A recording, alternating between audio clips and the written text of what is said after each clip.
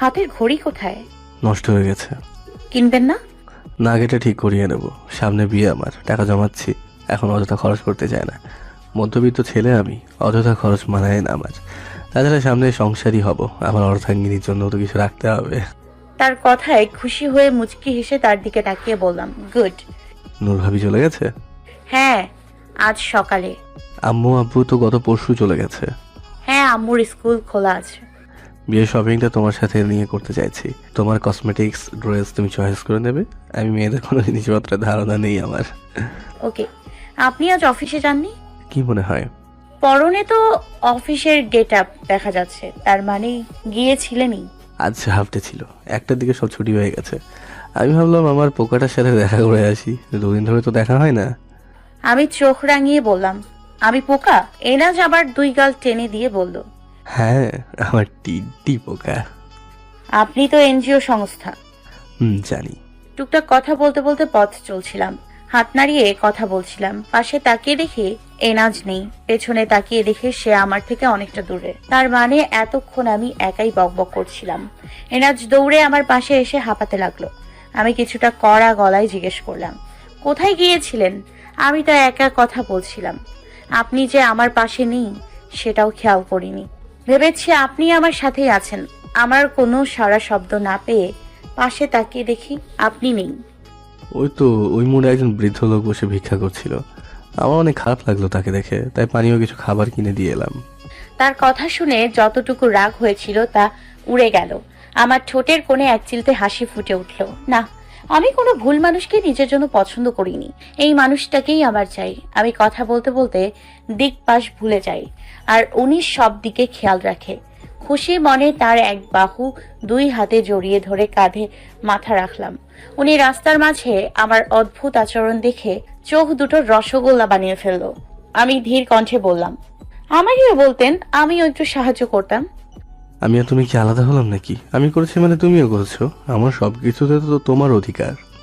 আমি তার কথার বিনিময়ে কিছু না বলে হুট করে বললাম, ভালোবাসি। আমিও। চলুন যাওয়া যাক। রাস্তার মাঝে কি এভাবেই দাঁড়িয়ে থাকবেন? উনি অবাক হয়ে বলল, তুমি আমার বাহু ধরে হাঁটবে? কেন, কোনো সমস্যা? একটু না, তুমি তো সচরাচর এমনটা করো না, তাই কনফিউজড হচ্ছি। আমার হবু বরের হাত আমি ধরে হাঁটবো, কার কি? হ্যাঁ, তাও ঠিক, তবে মাঝে মাঝে তোমার কি হয় আমি নিজেও বুঝি না। অদ্ভুত পাগলামি করো। আমি দাঁত বের করে শয়তানি হাসি দিয়ে বললাম, রাস্তায় বেশি মানুষ নেই তাই হাত ধরে হাঁটতে ইচ্ছে হলো। বেশি মানুষ থাকলে কি এমন পাগলামি করি? যত খুশি পাগলামি করতে মন চাই করো, কিন্তু এখন জলদি করে চলো তো। ওরা বোধহয় স্টলে চলে গেছে, কল দিচ্ছে আমাকে। আচ্ছা চলুন। এনাজের কাঁধে থেকে মাথা সরিয়ে তার বাহু জড়িয়ে ধরে হাঁটতে লাগলাম। আমাদের উচ্চতার ডিফারেন্ট খুব বেশি নয়, মাত্র 6 ইঞ্চি। পায়ে উঁচু গোড়ালির জুতো পরে থাকায় অনায়াসে তার কাঁধে মাথা রাখতে পেরেছি আমি। উনি একবার মুগ্ধ দৃষ্টিতে আমার দিকে তাকিয়ে সামনে নজর দিল। আমি তো তার বাহু ধরে হেলে ঢুলে হাঁটছি তাকে জ্বালানোর জন্য, কিন্তু সে মোটেও বিরক্ত নয়, চুপচাপ খুশি মনে সহ্য করে নিচ্ছে। 2 দিন পর কলিং বেল বাজতেই ভাঁজ পড়লো আমার কপালে। এই অসময় আবার কে? এত সকালে তো কারোর আসার কথা নয়। ফজরের নামাজ পড়ে সোফায় এসে বসে আছি। সোফা থেকে উঠে দরজা খুলতে এত কষ্ট লাগছে, মনে হচ্ছে পৃথিবী ও চাঁদের মধ্যকার দূরত্ব। আলসেমি ধরলে সারা শরীরে জং ধরে যায় আমার। খালামণি কিচেনে চা বানাচ্ছিল, এদিকে কলিং বেল বেজেই চলছে। খালামণি আমাকে তাড়া দিয়ে বলল, নোভা, উঠে দেখো না কে এসেছে। উঠতে কষ্ট লাগে খালামণি। আসবো লাঠি নিয়ে? আসো তাহলে, সেই ভয়ে দৌড়ে খুলে দিব। যা, খুলে দে। উফ, অসহ্যকর। এতবার কেউ কলিং বেল বাজায়, বিরক্ত লাগে এই জিনিসটা আমার। দরজার বাইরের মানুষটা কেন বোঝে না যে দরজা খুলবে সে হাঁটতে হাঁটতে খুলবে, উড়ে উড়ে আসবে না। তোর মতো আলসেমি করলে দরজা খুলতে সারাদিন লাগবে। যাচ্ছি। বিরক্ত নিয়ে দরজা খুললাম। দরজার অপর পাশে কাউকে না দেখে মেজাজ চটে গেল। চেঁচিয়ে খালামণিকে বললাম, দেখো খালামণি, কেউ নেই। তুই যে ঢিলামি করে দরজা খুললি, এতে বেচারা হয়রান হয়ে চলে গেছে। আমার কি দোষ? একটু দেরি করলে কি হতো? দরজা বন্ধ করে চলে আয়। খালামণির কথা মতো দরজা বন্ধ করতে নিলেই নিচের দিকে চোখ পড়ল। মাঝারি আকারের একটা গিফট বক্স রাখা। আমি হাতে নিয়ে এদিক সেদিক তাকিয়ে কাউকে দেখতে পেলাম না। গিফট বক্সটা বাসার ভেতর নিব কি নিব না সেই দ্বিধা দ্বন্দ্বে পড়ে গেলাম। এক সময় ভাবলাম নিয়েই যাই, আমাদের বাসার সামনে রেখেছে, তার মানে এটা আমাদেরই। কিন্তু কে দিল? গিফট বক্সটা নিয়ে দরজা আটকাতেই আমার মোবাইলে কল এলো। এত সকালে আম্মুর কল দেখে ভয় পেয়ে গেলাম। সচরাচর আম্মু এত সকালে কল দেয় না। বাসার কারোর কোনো বিপদ হলো না তো? রিসিভ করে কাপা কাপা কণ্ঠে সালাম দিলাম। আসসালামু আলাইকুম আম্মু। শুভ জন্মদিন। আম্মুর মুখে জন্মদিনের কথা শুনে ভয় কেটে গিয়ে বিস্ময়ে রূপান্তরিত হলো। অবিশ্বাস্য গলায় বললাম, আজকে আমার জন্মদিন? না, আমার পালক মেয়ের জন্মদিন। দেখছো আমি ভুলেই গিয়েছি।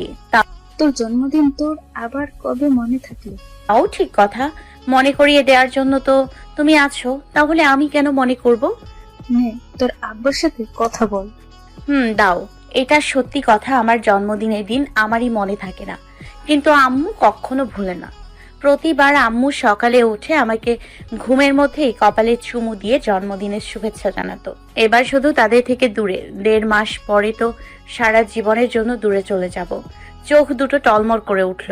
চোখের পানি পড়ার আগেই মোবাইলের অপর পাশে আব্বুর কণ্ঠস্বর পেলাম। আসসালামু আলাইকুম বড় মা, কেমন আছো? আলহামদুলিল্লাহ ভালো, তুমি? আলহামদুলিল্লাহ, জন্মদিনের শুভেচ্ছা। শুক্রিয়া আব্বু। পড়াশোনা ঠিক মতো করো? দোয়া করো তোমরা। এনাস কেমন আছো? ওর সাথে কি দেখা হয়? আচ্ছা আলহামদুলিল্লাহ ভালোই। 2 দিন আগে দেখা হয়েছিল, প্রতিদিন কলে কথা হয়। সাবধানে থেকো।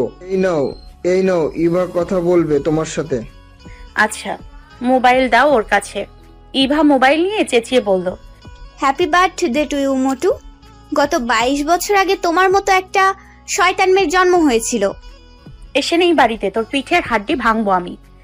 তোমার জন্মদিন তো তোমারই মনে নেই? অবশ্য মনে ছিল কোন দিন। সে যাই হোক, যে যা গিফট করবে সেগুলো আমাকে দিয়ে দিও। তোমার তো সামনে বিয়ে, ওই বিয়েতে অনেক কিছু পাবা, তাই জন্মদিনের গুলো আমার। ইভু, মার খেতে না চাইলে আজারা বকবক বন্ধ কর, জাগিয়ে পড়তে বস। এর জন্য বলে কারো ভালো করতে নেই। আমি কত সুন্দর করে উইশ করলাম, আর তুমি আজকের দিনেও আমাকে বকতেছো। ভাগ্য ভালো তুই সামনে নেই, নয়তো মার খেতি। আচ্ছা রাখি, ভালো থেকো, পরে কথা হবে। জন্মদিনের ট্রিট পাই আমি, সেটা দিতে ভুলো না। ভুলে গেলে জামাই বাড়ি যেতে দেব না।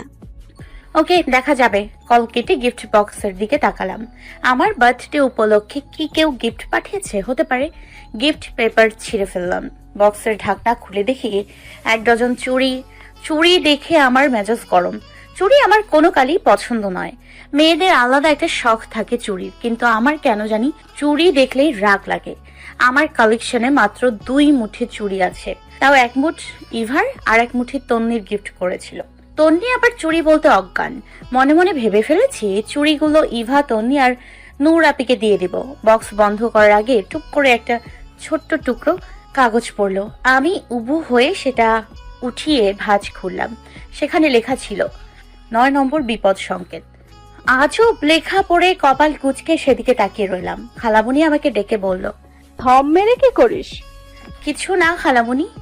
তন্নি কি ঘুমিয়ে গেছে? সে কখন? তোর চা পাতিলে আছে, গরম করে নিস। আচ্ছা, তায়াং ভাইকে ঘুমোচ্ছে? তায়াং তো সকালে নামাজ পড়তে গিয়েছিল, এখনো তো আসেনি। খালামণি তার রুমে চলে গেল। গতকাল বিকেলে দাদি চলে গেছে, তাই খালামণি এখন একা। পাশের ফ্ল্যাটে গোছ গাছের পর্ব চলছে। আজ ইফাতের আম্মু সিজার করাবে।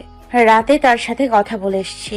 আমি চিরকুটটা ভাঁজ করে বক্সের ভেতর রেখে দিলাম, আর গিফট বক্সটা ড্রেসিং টেবিলের উপর রেখে ফ্রেশ হতে চলে গেলাম। মামা ওই ঘড়ি দোকানদারটার সামনে রিক্সা থামিয়েন তো। রিক্সাওয়ালা আমার কথা মতো দোকানের সামনে রিক্সা থামালো। আমি ব্যাগ থেকে টাকা বের করে তার ভাড়া মিটিয়ে দিলাম। তন্নি আমার দিকে বিস্মিত চোখে তাকিয়ে বলল, তুমি এখানে কেন এলে? নাচতো। প্লিজ বলো না। ঘড়ির দোকানে মানুষ কি করতে আসে? ঘড়ি কিনতে। তাহলে আমিও তাই করতে এসেছি। তোমার তো অনেকগুলো ঘড়ি আছে, তুমি আবার ঘড়ি কিনতে কি করবে? আমার জন্য নয়। তাহলে কার জন্য? আমার উনির জন্য। অ্যানাস ভাইয়ার জন্য? জি হ্যাঁ, আমার উনি তো তিনি, নিশ্চয় অন্য কেউ নয়। কি উপলক্ষে গিফট করছো? জামাইকে গিফট করতে আবার উপলক্ষ লাগে নাকি? নাকি লাগে না, তবুও জিজ্ঞেস করলাম।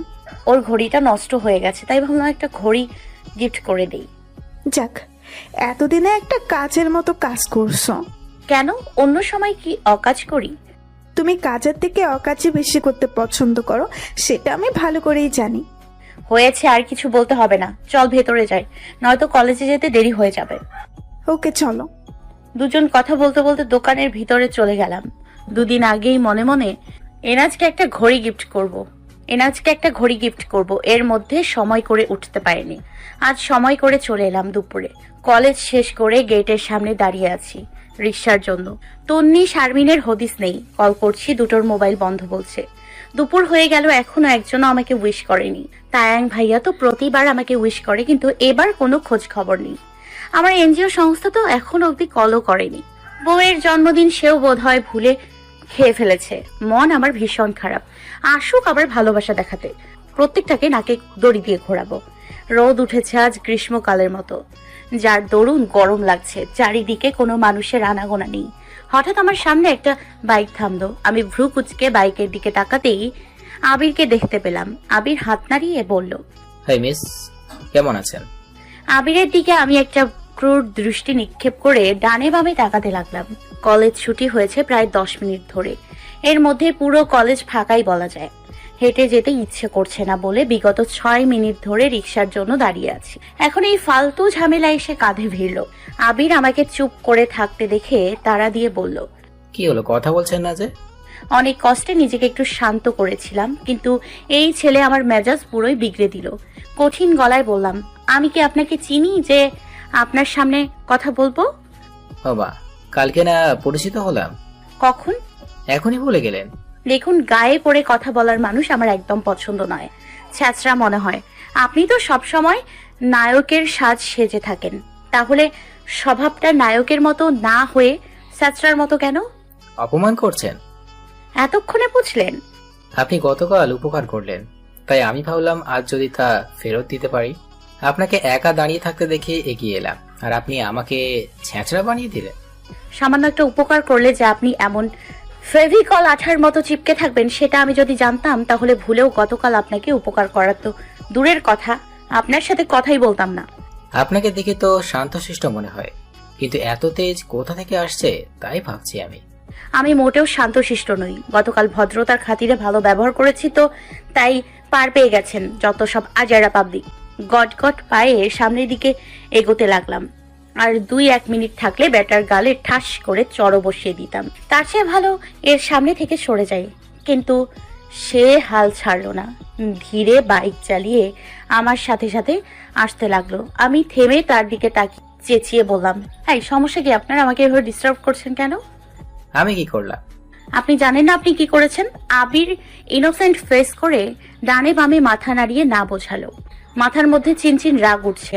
আমি কিছু বলতে নিলেই দেখলাম সে চোখের ইশারায় কবির ইনোসেন্ট ফেস করে ডানের সাথে কথা বলছে। আমি তার দৃষ্টি বরাবর তাকাতেই কেউ একজন দেয়ালের আড়ালে লুকিয়ে পড়লো। আমি সেদিকে গ্রাহ্য না দিয়ে এক দফা তাকে ঝাড়লাম। বেচারা করুণ চোখে তাকিয়ে বলল, এবার একটু থামেন প্লিজ। সেই কখন থেকে আমাকে বকেই যাচ্ছেন। আপনি যেরকম ছেলে ভাবছেন আমাকে, আমরা মোটেও সেরকম ছেলে নই। আপনি কিরকম ছেলে তা আবার খুব ভালো করেই জানা হয়ে গেছে। চিপকু টাইপের ছেলে আপনি, যে কারোর সাথে চিপকে থাকেন। আমি আপনাকে পুরো কথা আমার শেষ করা হলো না, তার আগেই পেছন থেকে কেউ মুখের রুমাল চেপে ধরলো। আমি কিছু সময় ছটফট করে নিস্তেজ হয়ে গেলাম। জ্ঞান হারানোর আগে শুধু এতটুকুই দেখেছিলাম যে আমার সামনে থাকা আবিরের মুখে এক টুকরো রহস্যময় হাসি ফুটে উঠেছে। কেউ খুব যত্ন সহকারে আমার মাথায় হাত বুলিয়ে দিচ্ছে। স্পর্শটা খুব চেনা লাগছে। কানে ইঞ্জিনের শোষো শব্দ আসছে, কিন্তু কিসের ইঞ্জিন তা বলতে পারবো না। পিটপিট করে চোখ খুলতেই দেখতে পেলাম এনাজের কাঁধে আমার মাথা। সে এক হাতে জড়িয়ে ধরে আর এক হাতে মাথায় হাত বুলাচ্ছে। আশেপাশে তাকিয়ে আরেকটু চমকে উঠলাম। আমরা একটা ট্রলারে আছি, চারদিকটা বেলুনের সাজানো। ছোট ছাউনির নিচে বসে আছি আমি ও এনাজ। নদীতে ঢেউ বেশি নেই। শোষো শব্দ করে ট্রলার এগিয়ে যাচ্ছে তার নিজস্ব গতিতে। আমি শক্ত করে এনাজকে জড়িয়ে ধরে কান্না করে উঠলাম। এনাজ ব্যস্ত ভঙ্গিতে জিজ্ঞেস করলো, কি হয়েছে তোমার? ভয় পেয়েছো? আমি আছি তো, একটু শান্ত হও।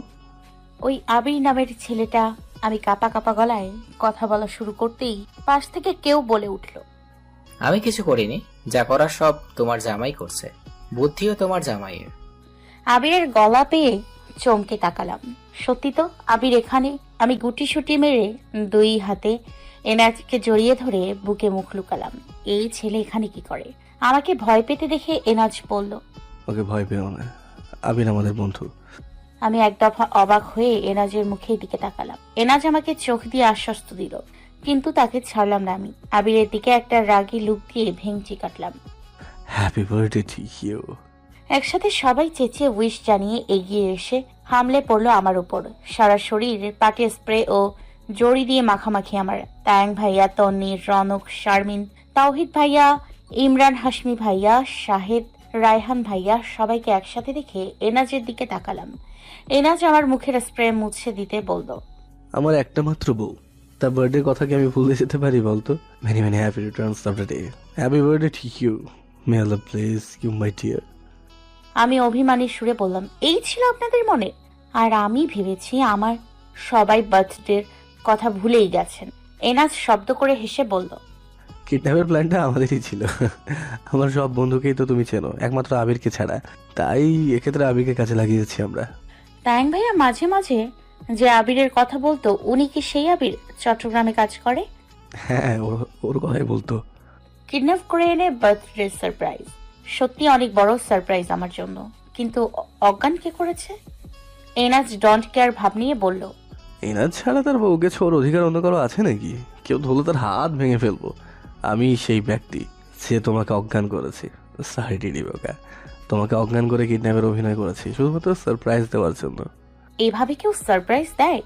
আমি তো ভয় পেয়ে গিয়েছিলাম। মনে মনে বলেছিলাম, এই আবিরকে একবার সামনে পেলে চাটনি বানাবো। আবির অভিযোগের সুরে এনাজকে বলল, দেখ ভাই, আমি কিছু না করেও তোর বউয়ের কাছে কত কথা শুনেছি, এখন আমার বলছে চাটনি মারবে। এমনি যেই ধানি লঙ্কা, আমি ওর সাথে সেই ভয়ে ভয়ে কথা বলেছি। তায়াং ভাইয়া তাড়া দিয়ে বলল, বাকি কথা পরে হবে, এখন কেক কেটে নে। শারমিন ও তন্নি এগিয়ে এসে আমাকে জড়িয়ে ধরে একসাথে বার্থডে উইশ করলো। আমি ওদের দুটোকে সরিয়ে দিয়ে রাগী গলায় বললাম, কথা নেই তোদের সাথে। তোরাও আমাকে ছেড়ে আমার জামাইয়ের দলে ভর্তি হয়েছিস। তন্নি মুখ কাচুমাচু করে বলল, আমার কোনো দোষ নেই, সব তোমার জামাইয়ের প্ল্যান। ওনার কারণে বার্থডে উইশটা করতে পারিনি। শারমিনের এক হাত চেপে ধরে বলল, প্লিজ রাগ করিস না, আমরা চেয়েছি সবাই একসাথে তোকে সারপ্রাইজ দিব। কলেজ পড়ুয়া বয়সী একটা মেয়ে এগিয়ে এসে আমার দিকে গোলাপ ফুল এগিয়ে দিয়ে বার্থডে উইশ করলো। আমি হাত বাড়িয়ে ফুলটা নিয়ে মিষ্টি হেসে বললাম, শুক্রিয়া আপু, কিন্তু তোমাকে তো চিনতে পারলাম না। ইমরান হাশমি ভাইয়া জোরে চিৎকার করে বলল, উনি আমাদের শাহেদের গার্লফ্রেন্ড, ওর নাম মোহনা। আমি বিস্মিত চোখে বললাম, শাহেদ ভাইয়ার গার্লফ্রেন্ডও আছে? রায়হান ভাইয়া টিটকারির সুরে বলল, সে তো কবে থেকেই, শুধু আমরাই সিঙ্গেল রইলাম, বাকি সব মেয়ে পটিয়ে বিয়ে করে ফেলছে। আমি মুখ শুকনো করে বললাম, আমি শাহেদ ভাইকে এসব থেকে দূরে ভেবেছিলাম, আর উনি একটা পিচ্চি মেয়েকে পটিয়ে ফেলছে। জিও শাহেদ ভাইয়া, জিও। আমি মোহনাকে ডেকে আমার পাশে বসালাম। হাসি মুখে কুশলাদি জিজ্ঞেস করে এটা সেটা জিজ্ঞেস করতে লাগলাম, কেমন আছো মোহনা? এই তো আপু, ভালো আছি। তুমি? আলহামদুলিল্লাহ, এখন ভালো আছি। তোমার সারপ্রাইজটা কিন্তু দারুণ হয়েছে আপু। হ্যাঁ, তা তো অবশ্যই। তোমার নাম ও আমার এক চাচাতো ভাইয়ের বউয়ের নাম এক, ওই ভাবির নামও মোহনা। ও আচ্ছা। কোন ক্লাসে পড়ো? Inter second year. ও, তাহলে আমাদের ছোট। হ্যাঁ আপু। আমরা দুজন কথা বলছি, বাকি সব কেক ডেকোরেশন করছে। কেকের ওপরের ফুল নষ্ট হয়ে গেছে, তা নিয়ে ওদের মধ্যে চেঁচামেচি। সবার একটা কথা, ফুল নষ্ট হলো কি করে?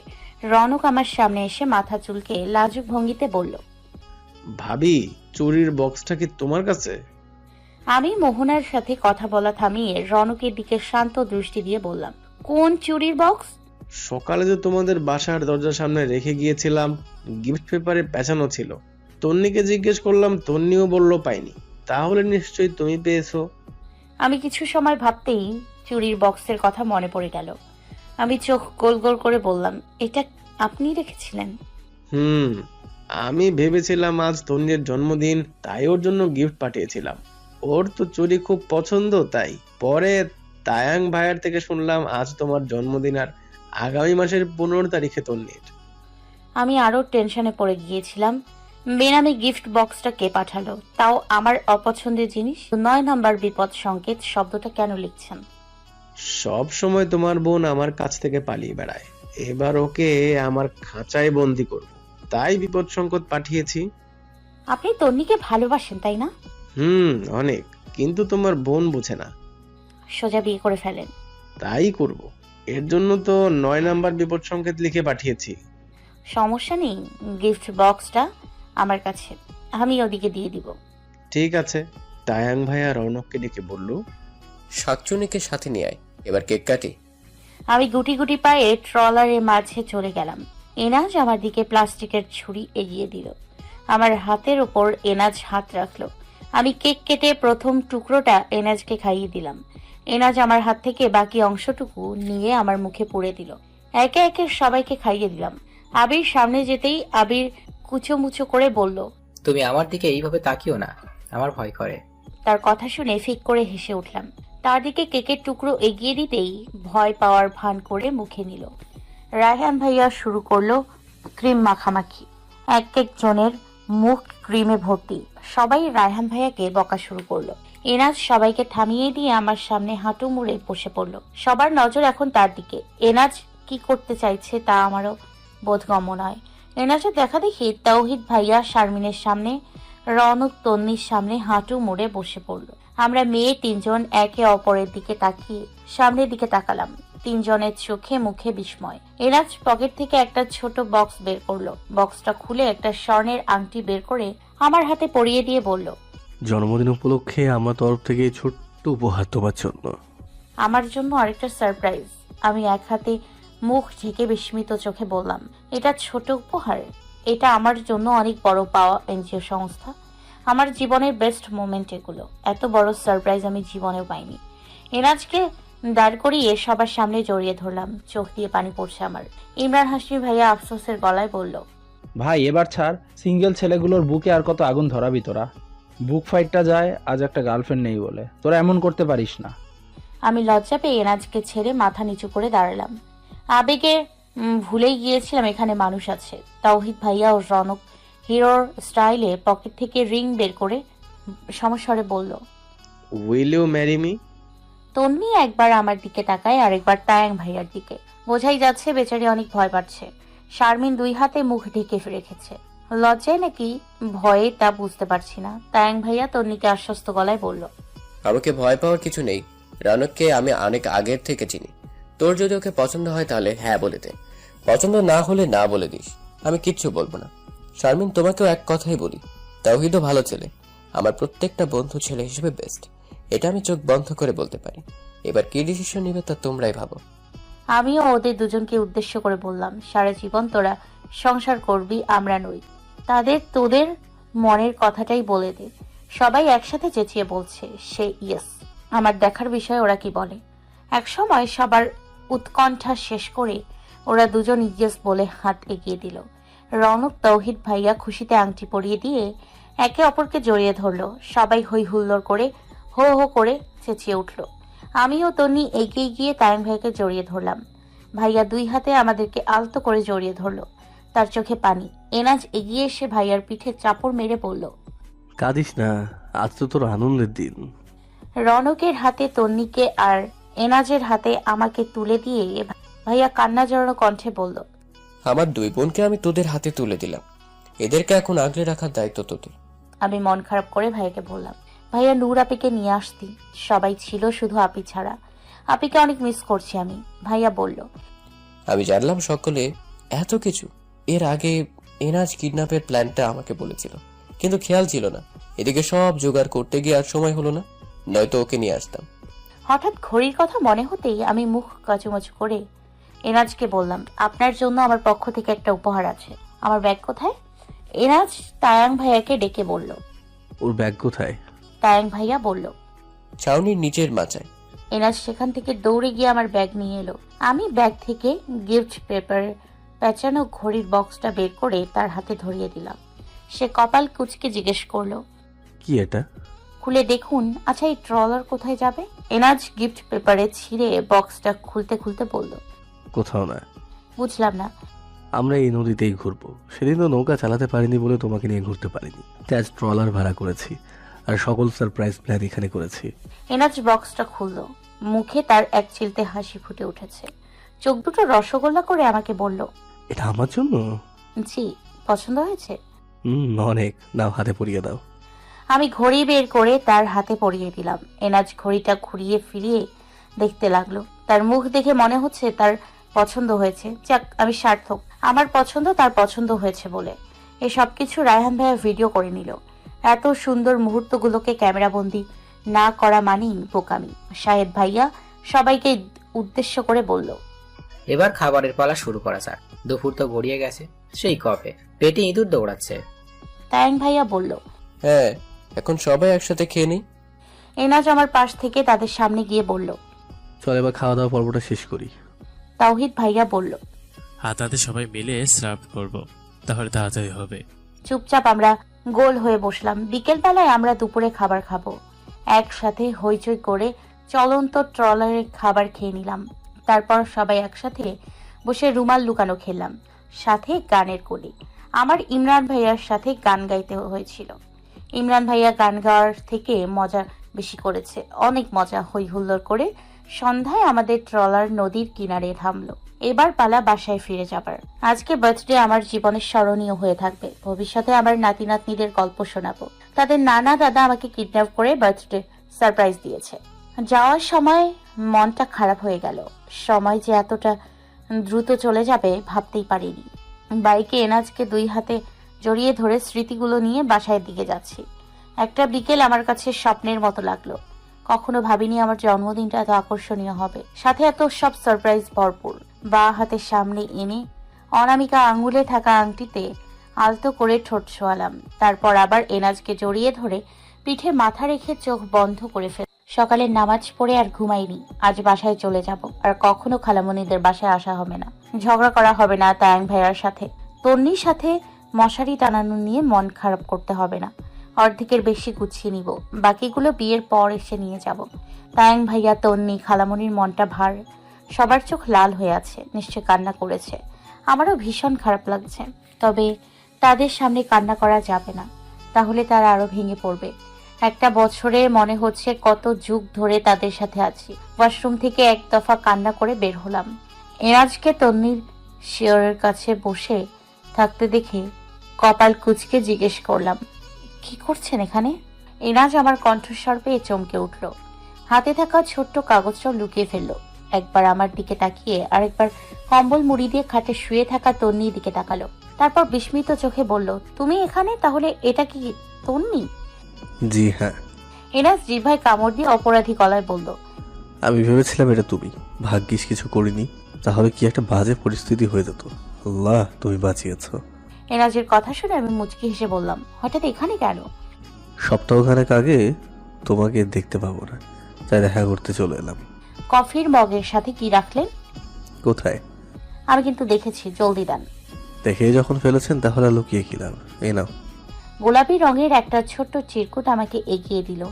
সেখানে নিম্নোক্ত লেখাগুলো ছিল, ভোরের শিশির মন ছুঁয়ে যায়, আদরে মেখেছে সবুজ ঘাস, ভোরের স্নিগ্ধতা মুগ্ধ করেছে, রোদ্দুরে ছুঁয়েছে নীল আকাশ।